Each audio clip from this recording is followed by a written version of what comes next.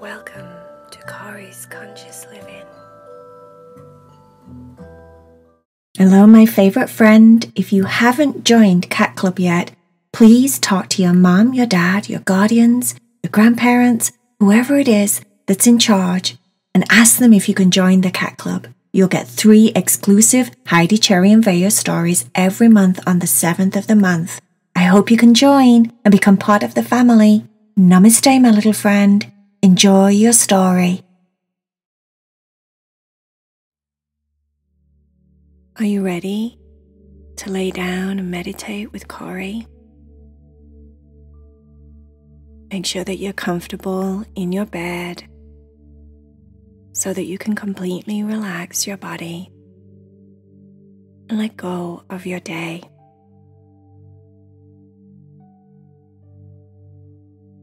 This meditation is all about a very ordinary girl. Her name was Corriannda. She lived in a small, ordinary house on a very normal, ordinary street in the middle of nowhere really special. A place in England that she loved very, very much, because at this point in her life she didn't really know anywhere else in the world. Corriannda was 12, and like I said, she was a very ordinary girl. That's what she thought. But really, Corriannda wasn't ordinary at all. Corriannda was a witch. Now, when you think about being a witch, you think of old ladies with big, long, warty noses that hackle and look kind of scary in the pointy hats. It's very rare that you think of witch in a positive way, especially if you look into history and you realize that most witches were burned at the stake or drowned because they were thought to be very scary, evil people. But in truth, being a witch just means you're in touch with all of your human and spiritual abilities. If you're intuitive, if you think about things before they even happen, if you hear the telephone ring and you already know who's on the other end, those things would mean back in history that you were a witch. But today, we don't really think about it like that, do we? So Corriannda had absolutely no clue that she was a witch. But she did have some very interesting experiences. She wasn't psychic as a baby. She didn't see ghosts.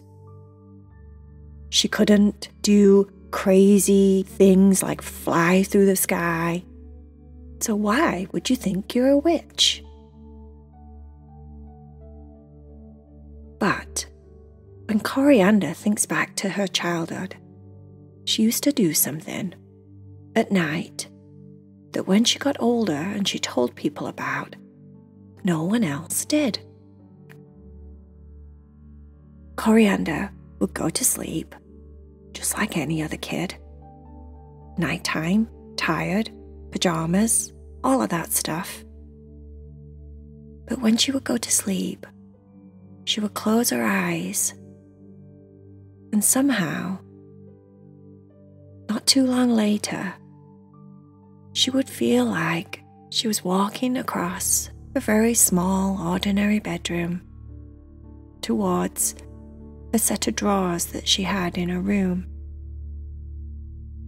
The drawers were made of wood and they'd been painted many, many times. At the moment, they were pink.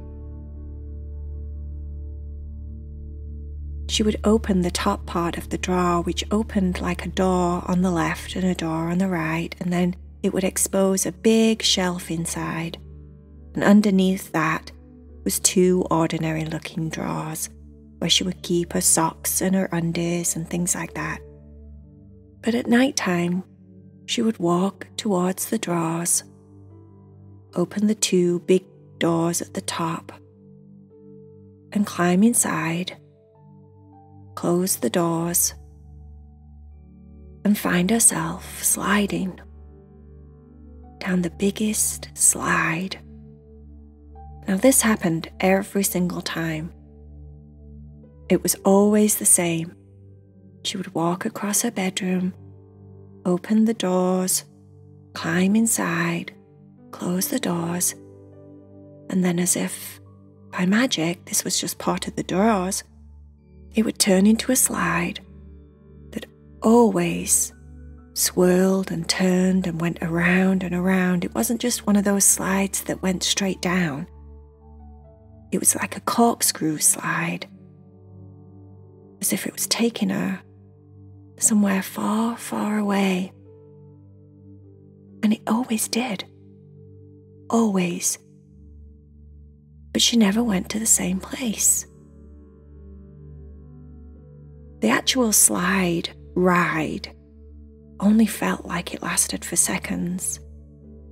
But while she was in there, it would start as if it was dark and she couldn't really see. And then she would get faster going down the slide. And then there would be like bright lights shooting by really fast, as if she was traveling through the sky on a rocket ship or something. And if you can imagine doing that, just sat on the top of a rocket ship, flying by through the sky at night, the stars would look like shooting stars flying all over the place, wouldn't they? Like really fast lights just whipping by on either side of her, all around her face. That's what it felt like going down the slide. And then all of a sudden there would be a bump. When she got to the bottom of the slide, she never remembered walking.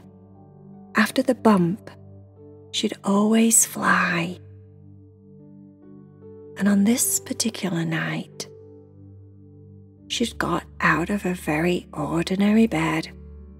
Her big sister was asleep next to her. She'd walked across the bedroom, opened the bedroom drawers, the top part of the cupboard, climbed inside, closed it behind her, travelled down her slide just like she always did, and then she was flying. At this point, she never saw herself flying. It was like a bird looking down from the sky, and her view wasn't normal. It wasn't like a bird where you could look around and see everything. The view that she saw was quite complex. It would be clear in the middle, then fuzzy around the outsides, as if you were looking down a looking glass and you couldn't see anything else but the middle part. Everything else around it was always fuzzy. If you've ever gotten a migraine, you'll know what I mean. It's the same. You look through your eyes and it's clear in the middle, and then on the outside, all around like a circle or an oval, it just looks like fuzzy flashing lights or fuzzy shapes. You can't see anything on the peripheral vision of your eyes. It's just like that when Corriannda is flying. So on this night, she was flying and looking down, and she thought to herself, why am I flying over the pyramids? Corriannda didn't know which pyramids she was flying over until she did some research later, because there's so many pyramids in the world. You automatically assume that you're seeing a pyramid, it must be the ones in Egypt, the most famous ones. But there's pyramids all over. There's even pyramids at the bottom of the ocean. That's a whole other journey Corriannda can tell you about. But on this time that she was flying, she figured out when she saw the Sphinx that she was definitely flying over the pyramids in Egypt. There was 3 of them, all spaced out. One big one and 2 smaller ones a little bit further away. She was drawn to the Sphinx, particularly the Sphinx left foot. Now, if you don't know anything about pyramids and the Sphinx, tomorrow when you wake up, go have a look. The Sphinx is like a giant stone cat that guards the pyramids in Egypt. That's the Sphinx.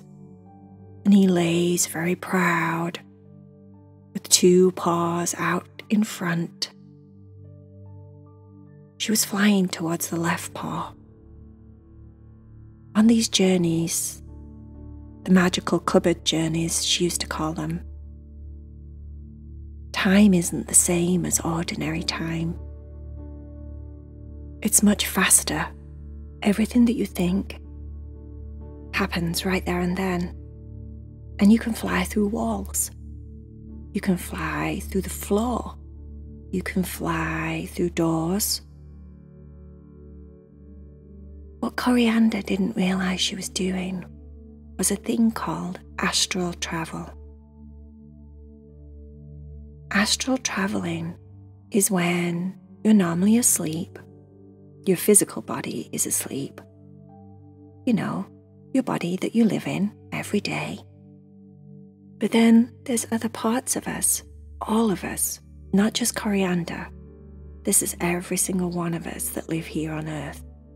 We all have other bodies. Bodies that are called energy bodies. And one of those energy bodies is called an astral body. Now, you don't have to think about this too much if you don't want to. Just know that you're made of energy. You've got physical energy in your body. That's why you're physical and you have a physical body. But then there's also these other parts of you that are made of energy that you can't see. That's what I'm talking about. The invisible bodies that you have. And simply put, one of those invisible bodies is called an astral body. This body is the one that you dream with. So whenever you dream and you go do something in your dreams and it feels like you're actually there, but you know that you're not there because you're asleep in your bed, that's what's happening. You're in your astral body, your invisible body, and you're traveling what feels like in a whole different world. Because it is. It's a different world that we don't see in the daytime. You only see it at nighttime or when you sleep. There's much more about that Corriannda is going to share with you. But for now, just know that Corriannda decided she was going to fly into the Sphinx's left paw. And that's exactly what she did. When she got inside, it was like a whole other world under there. It wasn't just concrete or stone or dirt. There was actually a passageway that led to a staircase. There were 7 levels on the staircase. 7 steps that stopped and then turned around and went down again 7 steps, 7 times. She counted the steps and thought that was very interesting. 7 must be a very magical number. Now remember, Corriannda was only very small at this time, but yet she intuitively knew. That's when you just know, no question. You don't have to read it. No one has to tell you. It's when you gut knows. When you just know something is good or true or right. Corriannda knew that 7 must be a very magical number. She went down all 7 steps of stairs. What she found underneath, she didn't understand. But she knew it was something important. It was like giant rooms that she found out later when she got older and she studied more about Egypt, that those rooms were special tombs. The tombs were places where someone important had died in the past in Egypt. They had mummified their bodies and preserved them and put them in the tombs. That, again, is a whole other Corriannda tale that I can tell you about in the future. In these tombs, Corriannda noticed on this particular journey that there was lots of writings and marks on the walls, pictures that looked like a type of language that said something very special. She knew it, but she couldn't understand any of it. She later found out that those pictures and that writing was called hieroglyphics, which is a very cool writing. All of a sudden, there was a loud noise. It always happened the same way.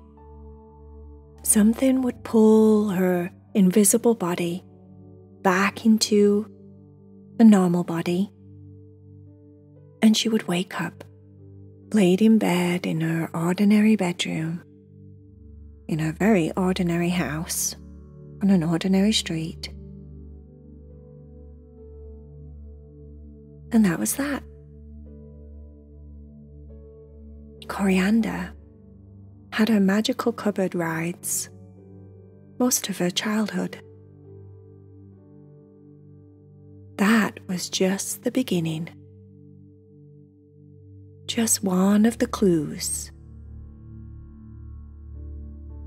to her later finding out that she was a witch.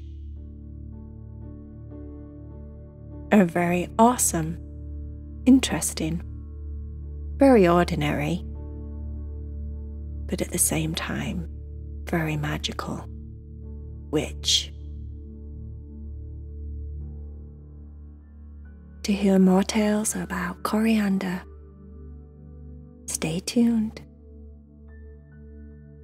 Namaste, my little friend.